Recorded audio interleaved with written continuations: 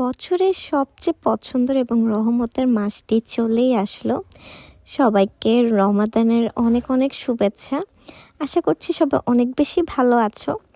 আর এই রমজানে কিন্তু সবচেয়ে পছন্দের যে কাজটা সেটা হচ্ছে পরিবারের সাথে ইফতার করা এবং সময় কাটানো। কেউ একজন মিসিং থাকলেও এত বেশি কষ্ট লাগে বলে বোঝানো যাবে না।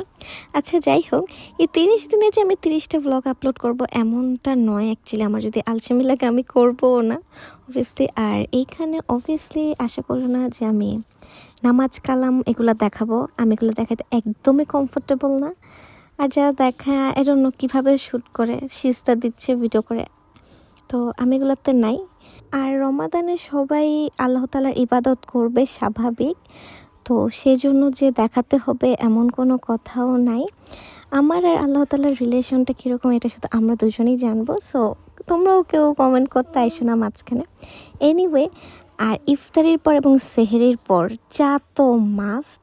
তো যাই হোক, মাঝখান দিয়ে আমার ছোটো মামা 17 প্রো ম্যাক্স না কি জানি খুলছিল, তো তাজু বেবিও ছিল।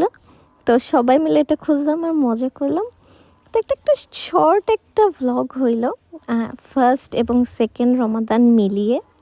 তো এটাই তো ছিল।